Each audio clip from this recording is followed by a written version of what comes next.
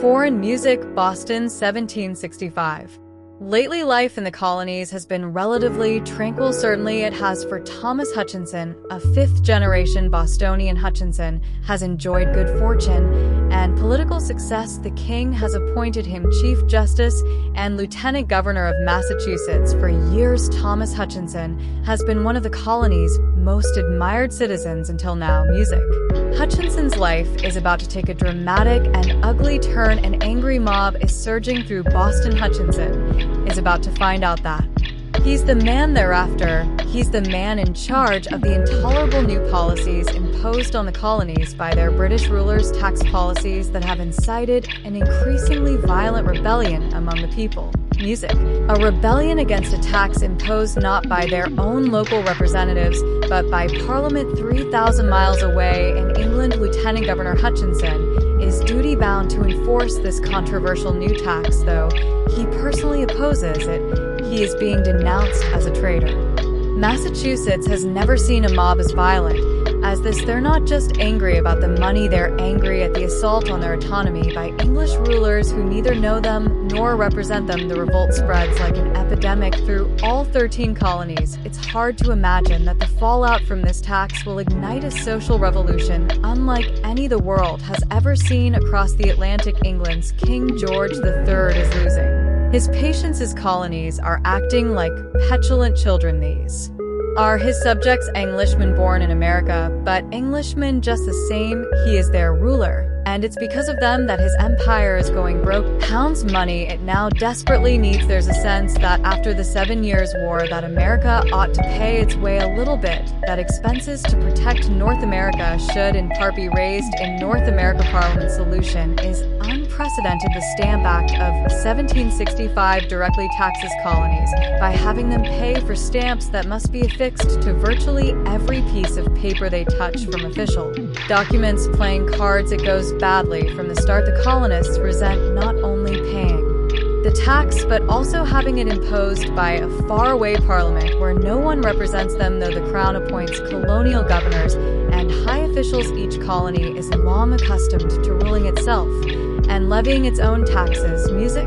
The Americans believe that over 150 years of being colonists, they had, in a sense, created a nation within the British Empire. They had free assemblies, democratically elected. They had free and independent and very good newspapers. They had their own tax system.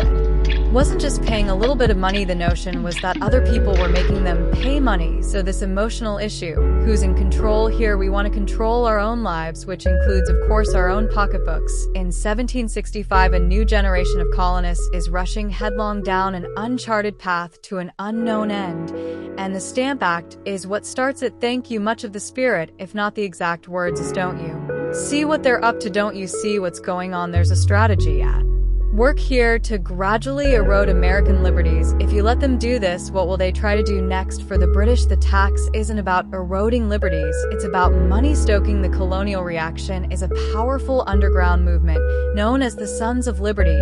They meet secretly in taverns across the colonies, and artisans, and figuring out ways to all work towards a common cause, which is to repeal the Stamp Act. Soon enough, things begin to get ugly. Intimidation is a favorite weapon. Those who remain loyal to the king, known as loyalists or Tories, often find themselves terrorized by these self-anointed patriots. They often use very dramatic techniques, tar and feathering for instance. This is a great way to humiliate people. First, you're stripped naked. The bucket of tar is heated and you're coated with tar. And then they put these feathers, these goose feathers, all over you, and you're all hot. And you're branching about like a silly goose after a display like this. How is this person going to publicly oppose the patriot position? A loyalist printer in New York City publishes a loyalist newspaper, and they come in and smash his printing press, while they are also proclaiming free speech as a principle to fight for. That's the nature of war and the nature of revolution. While the angry rabble takes to the streets, men of property and education use printing presses and politics to denounce the Stamp Act tax. One of the most outspoken is 29-year-old John Adams, bright, ambitious attorney who brings logic and intellect to this very emotional argument. He drafts anti-tax resolutions for some 40 Massachusetts assemblies. We have always understood it to be a grand and fundamental principle of the English Constitution that no free man should be subject to any tax to which he has not given his own consent. John Adams Adams has always envisioned great things for himself, and the cause of liberty presents the opportunity of a lifetime. His wife Abigail is his trusted confidant and partner in all things great, and small hard to overestimate the importance of Abigail Adams. I mean, not only is she more than an equal partner to her husband, but among the founders of a new nation for now, John Adams is one of many voices of protest in a Stamp Act rebellion that engulfs all 13 colonies down in Virginia. A fiery young legislator named Patrick Henry, UPS, the Annie, resolved that the inhabitants of this colony are not bound to yield obedience to any law or ordinance designed to impose any taxation whatsoever other than the laws of their own General Assembly.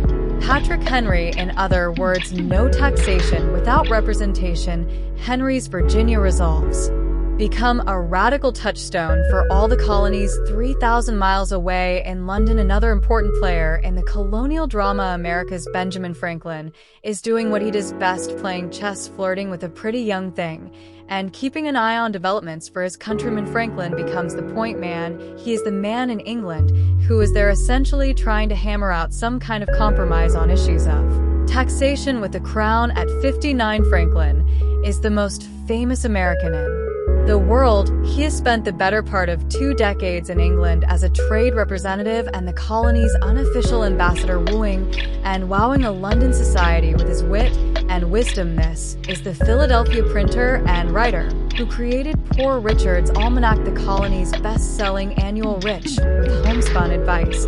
He is the scientist who famously flew a kite to experiment with electricity, who invented the lightning rod and the bifocal, a self-made man who went from lowly apprentice to wealthy entrepreneur. Franklin is the embodiment of what it means to be an American, yet he adores England, the mother country, and especially people, and he raises down as the happiest years of his life. Now the uprising at home has put Franklin at center stage, a place he generally enjoys. London's baffled politicians come pounding on his door, desperate for a solution to the problem, hoping he can use his considerable influence to bring the colonists to their senses.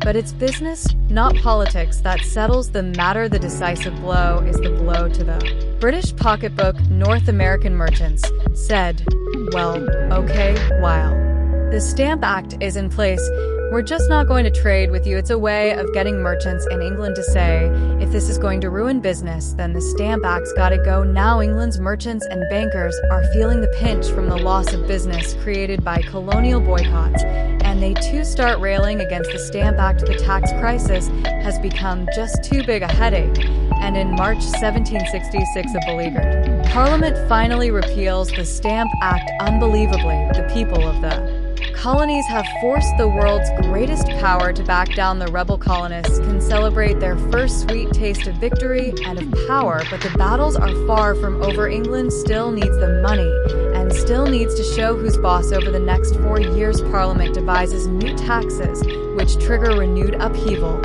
and end up being repealed. As this seemingly endless cycle continues, England dispatches 2 military regiments to Massachusetts from New York to keep ordering, adding fuel to the fire. In 1768, 4 more regiments sailed from England on a collision course with America. Boston, 1770. 1,000 British troops occupy this city of 15,000. It is a volatile brew. Boston is an accident waiting to happen. Literally, conditions are right. We've got an indigenous population. The soldiers in Boston streets on the night of March 5th, a band of local patriots heckles of British sentries standing guard at the customs house. At first, they merely hurl insults, but soon they're hurling snowballs, and 8 more soldiers come to the aid of their comrade. You have a group of men who are egging on British soldiers, looking for ways to kind of stir up a fight. And now they've created the antagonism that they've been trying to gin up. Hundreds more colonists pour into the street. They launch a barrage of ice, oyster shells, and rocks at the soldiers. The guards panic, their guns go off. When it's over, 5 civilians lay dead on the frozen street. It was a tragically predictable sort of event. It's one of those situations in which the soldiers that are there to impose order are actually that seed of discontent that's going to produce disorder within hours of the deadly shootings. The patriots spin machine roars into high gear. Tragic accident is recast as a murderous crime against the colonial people in what becomes known as the Boston Massacre. Music. This was not remotely a massacre. This was a case in which a mob assailed a small detachment of British soldiers, which may have panicked, but had very legitimate cause to fear for their well-being. But that's not how it's portrayed to the outside world. A local silversmith and artisan named Paul Revere renders an exaggerated version of the event that makes it look like an unprovoked slaughter by the British soldiers' Boston. Papers are quick to print and distribute Revere's version, and this becomes the patriot image of the Boston Massacre, which shows the British lined up in a row firing their muskets all at once, as if they got the command to fire, which didn't happen that way. The first to die. The public outcry pressures the British to pull their troops out of Boston. The soldiers responsible for the so-called massacre are put on trial for murder, and they are hard-pressed to find an attorney to take their case. Surprisingly, one of Boston's most vocal patriots steps forward. John Adams is willing to risk everything, his and his family's safety and his reputation, as an ardent advocate of colonial rights, but he believes passionately in the right to a fair trial without human rights. The patriot cause isn't worth fighting. It was one of the best pieces of service I ever rendered. Judgment of death against these soldiers would have been a foul stain upon this country. John Adams wins an acquittal for 7 of the soldiers and light sentences for the other 2. Only his unquestioned devotion to the patriot cause keeps him from being branded a traitor. The crisis is resolved for now. Music. Back in England, the colonial rebellion becomes a national preoccupation over the next 3 years. Parliament keeps trying to impose its authority with new laws and new taxes. As each new law inflames the rebellion, it ends up getting repealed, except for what it tacks on. The principle involved is that Parliament is sovereign. It can pass laws on whatever it wants, so we're going to just keep this one in place just because, to assert the fact that we can do this. The Tea Act puts only a 3-penny tax per pound on the drink of choice. For most Americans, it's hardly a burden, but in the current climate, a 3-penny tax still equals oppression. It's all that militant patriots need to strike another blow against the empire. Feathers and coal dust are their weapons. On December 16, 1773, the Sons of Liberty enlist 50 men to darken their faces, stick feathers in their hair, and arm themselves with hatchets. In soldiers absent since the Boston Massacre, there is no one to stop them. 342 crates of tea worth 10,000 British pounds are cast overboard. This wanton act of sabotage, which becomes known as the Boston Tea Party, will soon push the two sides to the brink of war. The British reaction was disgust and outraged. From a British point of view, you had an entire colony running amok, and the British government, after the Tea Act, frankly said, "We've had enough with Massachusetts. We're going to clamp down on them, and we're going to make Massachusetts an example of what happens if you defy the authority of Parliament." At that very same time, the British discover yet another outrage committed by an American, someone they thought they could trust. Benjamin Franklin. Over a year ago, Franklin was passed a stolen packet of confidential letters written to a British official by Massachusetts Governor Thomas Hutchinson. Everson stamp. Act rioters tore down Hutchinson's house 9 years earlier. He had tried to juggle serving his king with serving his angry fellow citizens. The letters given to Franklin exposed Hutchinson's true loyalist sympathies via an abridgment of what are called English liberties. "I wish, for the good of the colony, to see some further restraint of liberty rather than the connection with a parent state should be broken." Thomas Hutchinson Franklin sent the incriminating letters to colonial assemblymen in Massachusetts, who had recently made them public as irrefutable. Proof of Hutchinson's treachery against the patriot caused the reaction in the colonies. Was torrential mobs burned Hutchinson's effigy. The press vilified it. By December, when the patriot raiders throw the Boston Tea Party, they have destroyed Hutchinson's long career as a public servant. Within 6 months, Thomas Hutchinson, heartbroken, he will never again set foot in his beloved homeland. Music. Now in London, in January 1774, Benjamin Franklin is summoned to appear before the King's Council on the heels of the recent looting of the tea in Boston Harbor. Franklin's recently revealed role in the Hutchinson fiasco is more than British officials can tolerate. He must answer for his sins and the sins of his countryman. Franklin is dressed down by the Solicitor General of England for a full hour in the strongest possible language, and it's really abusive language, in front of a crowd is going wild at this venomous attack. The Franklin stands stock still in this humiliating moment, head erect, and doesn't say a word for an hour. Many people have dated that as the moment at which Franklin becomes a revolutionary. Franklin the revolutionary is done with England, and England is done with him. Parliament punishes Massachusetts with a vengeance. It revokes the colony's 80-year-old charter, dissolves its local assemblies, and after a 4-year absence sends 3,000 troops to reoccupy Boston. The Crown now runs Massachusetts. These people had been meeting in town meetings for 150 years. When they can no longer decide their own fate, they said this is the end. People throughout Massachusetts rose up as one and said, no way, there is no turning back for either side. The tension between the people of Massachusetts and the British troops becomes unbearable. It's only a matter of time before someone fires the shot that will echo around the world. Music. Thank you, Boston, August 10th, 1774.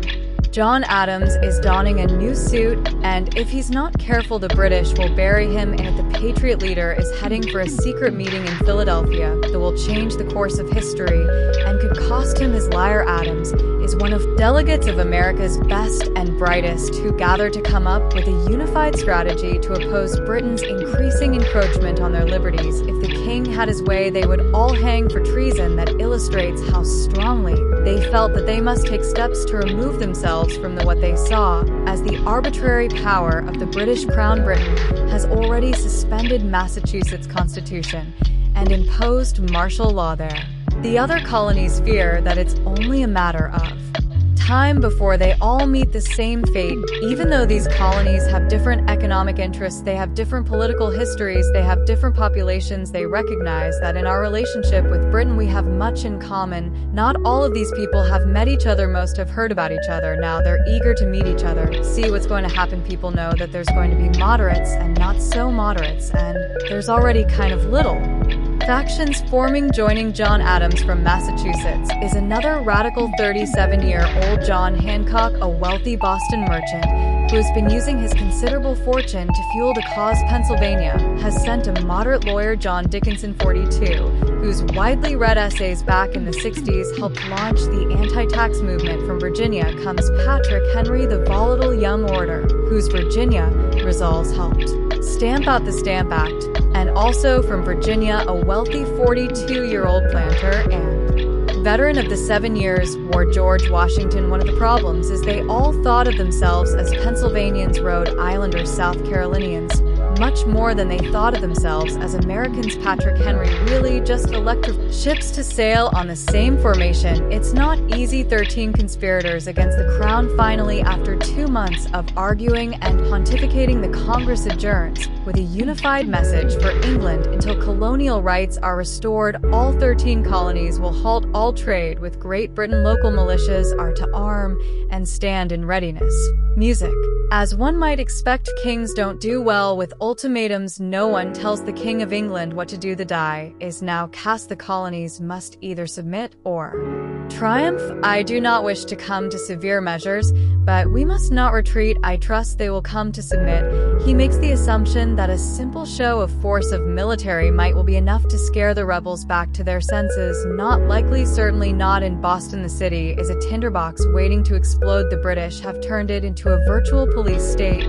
They have sealed off Boston Harbor, disbanded the colonial assemblies, and forced locals to house British troops. The man in charge is Commanding General Thomas Gage's orders are to quash the rebellion while he has the guns. The rebels have the numbers. He repeatedly asks the crown for a larger army. Thomas Gage only has 3,000 soldiers in Boston. He's looking at 5,000 in Worcester County, 4,000 in Plymouth. All over like this, he's looking at this. He says, what am I going to do with my 3,000 people against force like this? He's playing a losing hand. He can't do anything for which he is called an old Woman, he's very much a man in between. He's a military officer who is charged with a political task for which he's not really equipped to handle. With Hutchinson's departure, Gage is now Massachusetts governor and commander of an occupying army that no longer faces a small rebellion. It is a population in uprising. They start smuggling. Minutes notice this is no longer a skirmish over Texas. The Patriots believe their way of life, their liberty, and their property are at stake. Nothing short of war will settle it. In April 1775, Gage gets orders from England to break the uneasy stalemate. He will send a full force out to the countryside to seize a huge store of rebel ammunition unknown to Gage, Parliament, King George, or anyone else. The fate of the British Empire hangs on this decision. April 18th, 1775. British troops are on the march. Colonial militia are army and stockpiling ammunition for what many fear is an inevitable showdown. British Commander General Thomas Gage has ordered his soldiers to capture a huge hidden store of gunpowder in Concord, a Massachusetts village 20 miles west of Boston. The British detachment that marches out of Boston, roughly 800 soldiers, march out knowing that the countryside is on the verge of armed action. Once Gage sends that mission out, he really has set into motion a chain of events that is beyond his ability to control. The British are decoming. The news starts leaking out, and people start mobilizing. They're ready out into the countryside. Just spread the word goes. Paul Revere, whose engraving of the Boston Massacre fanned the flames of outrage 5 years earlier, poems and school books will one day mythologize Revere's midnight ride as if he were the lone, heroic messenger. But in fact, he is just one part of a whole system of communication. Paul Revere is one of dozens and scorers and literally hundreds of messengers going every which way. Bells are ringing, the shots are being fired. So before dawn, hours before dawn, the whole countryside is mobilized and knows what's happening. They arrange a signal, one lantern light in Boston's Old North Church if the British are coming. Around 1 in the morning at Lexington, Massachusetts, farmers, blacksmiths, and shopkeepers gather to intercept the British at Lexington Green. 130 civilians, some too old, some too young, most with no formal military experience, stand ready to risk it all against the world's most feared army. These were men who literally felt under attack. And in fact, they were under attack. The British Army were walking out to seize colonial property, and they felt compelled to defend it. 2 a.m. after an hour of waiting, no sign of the British. The night's chill sends many home. Others choose nearby Buckman's Tavern to await another alarm, most hoping it will never come. Music. 4:30 a.m. Drums announce that the British are on their way. Music. Film. Lexington Green was extremely tense. The best trained, most professional army in the world that is bearing down on them. So even though they were fired up with a great sense of injustice, they were probably nervous.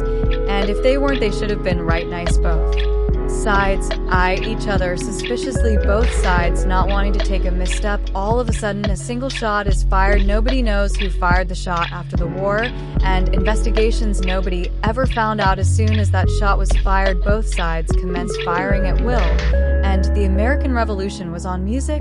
Wow, in less than 2 minutes, 8 militiamen lay dead, 10 wounded. It really lit up the newspapers everywhere. Blood had been shed, and there was really no looking back after that. It will take 6 weeks for the news to reach London. By then, the course is set.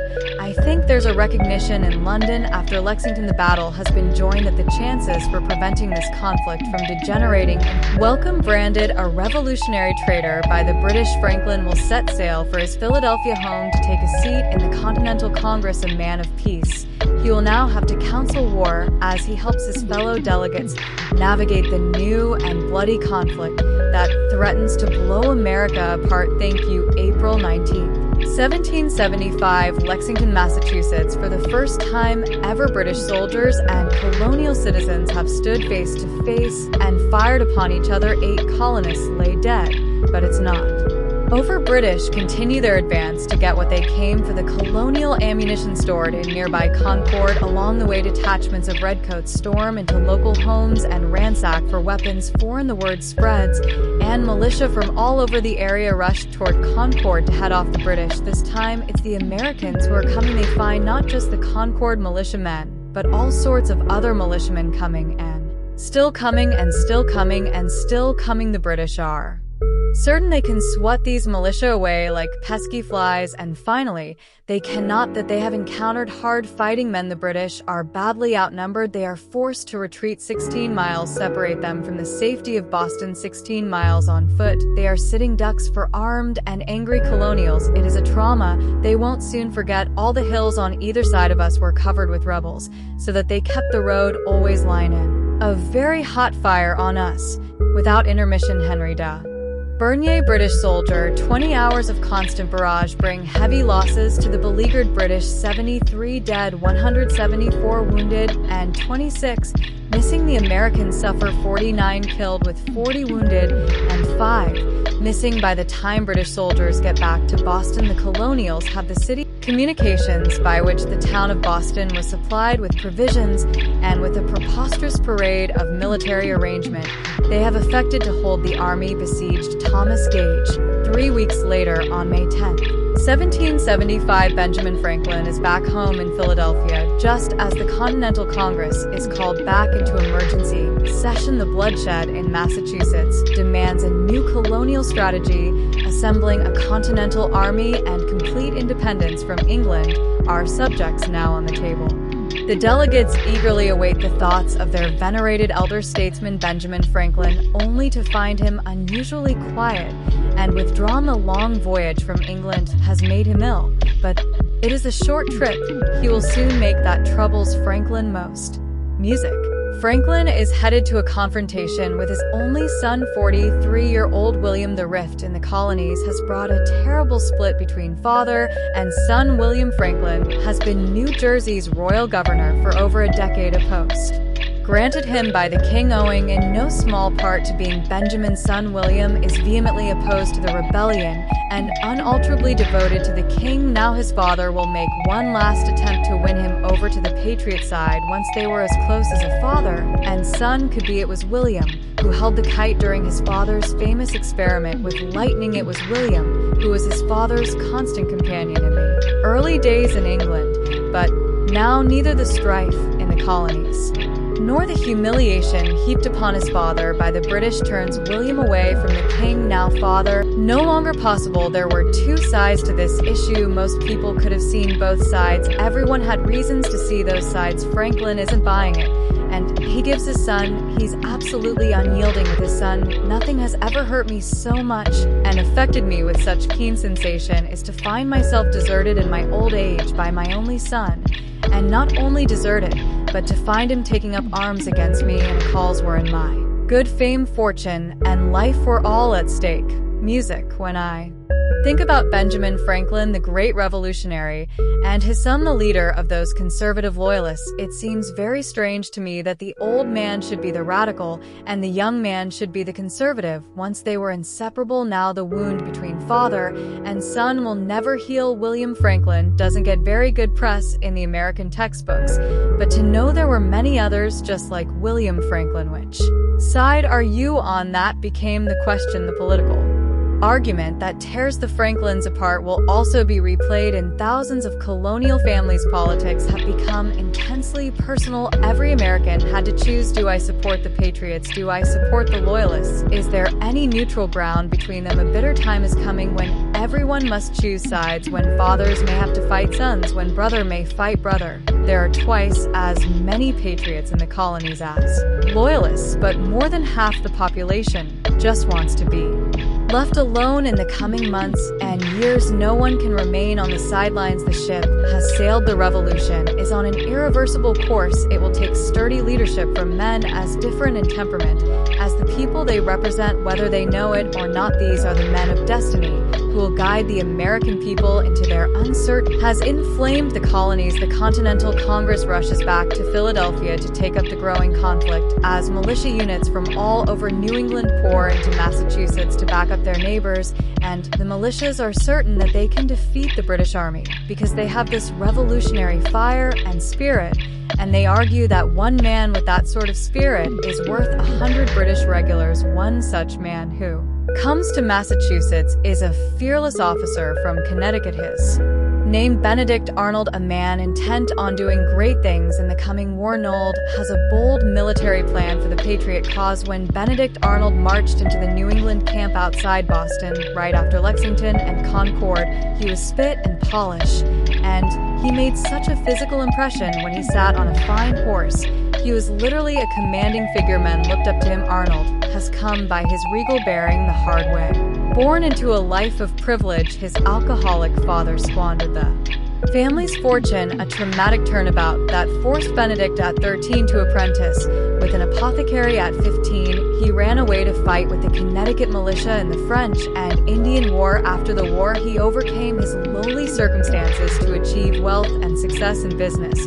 But the angry, resentful youth has grown into a bitter and arrogant man whose contempt for British rule has made him a militant patriot. Arnold convinces the Massachusetts Provincial Congress to send him on a mission that will grab personal glory for himself and desperately needed ammunition for the rebels to capture the guns at Fort Ticonderoga, the massive but loosely guarded British garrison in the upper reaches of New York. Fort Ticonderoga, people referred to it as the Gibraltar of North America. It was by all standards the most spectacular fortress. Drinking, hard-living frontiersman from Connecticut couldn't be more different from Benedict Arnold. Allen has been engaged by Connecticut's Congress to rally his personal militia for its own mission to Fort Ticonderoga. These are the notorious Green Mountain Boys who have been fighting their own war of independence against New York settlers. Ethan Allen, their colonel, commanded and organized about 2,000 armed frontiersmen in what is now Vermont, who for 5 years had been fighting New Yorkers to keep them out of their farms, out of their new territory, and they were willing to fight for their land, and they could move very quickly. The Green Mountain Boys jump at the opportunity to take on the British, taking separate paths. Allen and Arnold, each with his own orders, head towards Fort Ticonderoga. Arnold is alone, expecting to recruit men along the way. Allen and his men are already preparing the attack. Their paths cross 30 miles from their target. Arnold presents Allen with his Massachusetts orders and assumes he will command the operation. Allen, full of swagger, as always, all but laughs in Arnold's face. These really are very vain, egotistical men, two strong personalities, very much interested in the accumulation of individual glory. The Green Mountain Boys were personally loyal to Allen, which Benedict Arnold found out to his chagrin when he arrived and tried to take over the attack on Ticonderoga, and they put down their guns. And they said they were going to march home, that they would only fight for Ethan Allen. Music. Arnold grudgingly agrees to conduct the raid with these men, but finds himself relegated to second in command. It is a humiliating confrontation in the pre-dawn hours of May 10th. 83 Green Mountain Boys and 50 Massachusetts militiamen sneak up on the British stronghold. The 50 sleeping fort's valuable artillery stores now belong to the rebels. They essentially stole the fort from the British. They were able to essentially walk in a manner of speaking that the British really left the keys in the door to Fort Ticonderoga. What happens next turns Arnold's stomach. Allen's men find 90 gallons of rum, go on a 3-day binge, and tear the place apart, leaving Arnold to mop up after them.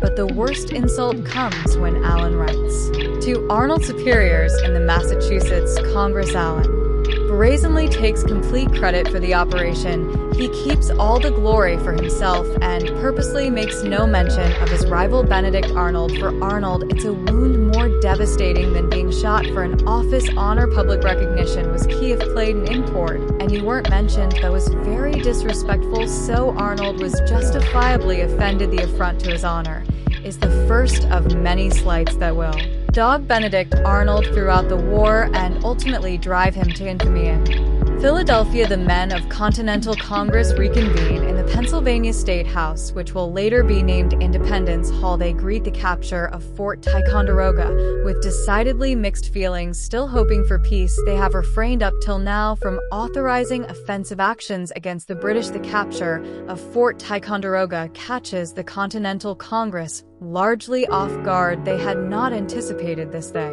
did not desire this, and it now has forced their hand. They know that A military response is inevitable, and they now must scramble to take action. The time has come for the 13 colonies to become a united military, as well as political force. It issues currency against future tax collections from the colonies to raise and supply an army. Their mission now is to conduct a war, even while Sir Adams urges the immediate appointment of a commander to head up this new army. His Massachusetts colleague John Hancock, a vain, ambitious man who has just been elected president of Congress, assumes he will be offered this even more important role. His friend Adams is about to nominate him, or so he thinks, and that is a gentleman among us, and very well known to all of us, a gentleman whose skill and experience as an officer, whose independent fortune, great talents, and excellent universal character would command the approbation of all the colonies better than any other person in the Union. That is the gentleman from Virginia. Hancock is stunned. Adams passes him over for a gentleman planter from Virginia. George Washington, the Continental Congress, wanted a national army,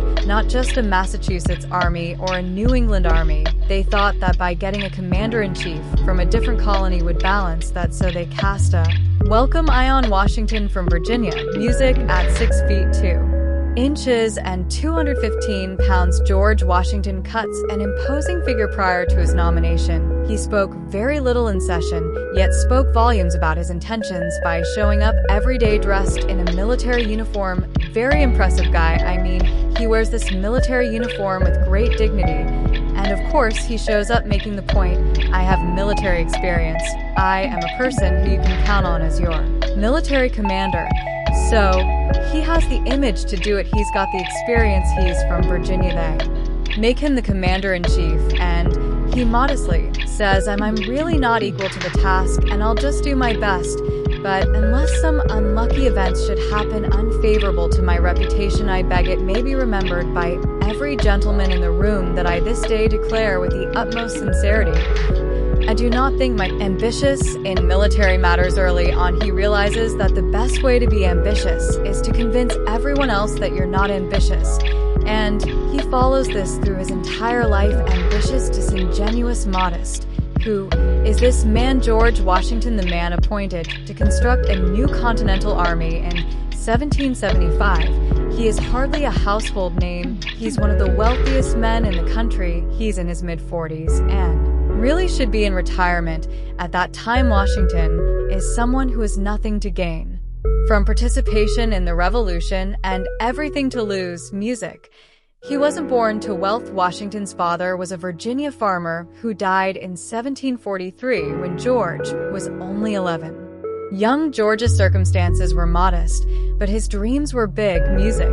But he envisioned himself dancing at the grand balls in huge homes of the rich. He envisioned himself being a great landowner, and these were dreams that he pursued constantly all of his young adult life. As a teenager, he immerses himself in the teachings of a book called The Rules of Civility and Decent Behavior, which instructs readers on proper manners, social behavior, and a temperament. He commits them to memory in the presence of others. Sing not to yourself with a humming noise, nor drum with your fingers or feet. Lift not one eyebrow higher than the other, but you know man's face with your spittle by approaching too near him when you speak. George Washington himself was very anxious to have all the right moves. He's as anxious as anyone as a teenager to get them right. At 16, with only an elementary school education, he becomes a surveyor, where he learns how to navigate the wilderness, something that serves him well when he is appointed to the rank of major in the Virginia militia in 7. Judgment starts a chain of events that leads to the French and Indian War. Despite his inauspicious start, Washington persists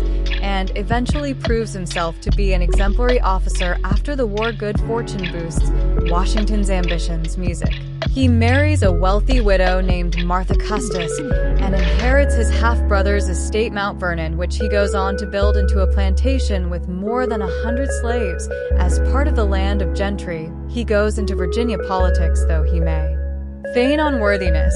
There is no one in 1775 better equipped to take on the job of commander-in-chief. Very importantly, he had been a political figure for 16 years. He'd been a state legislator.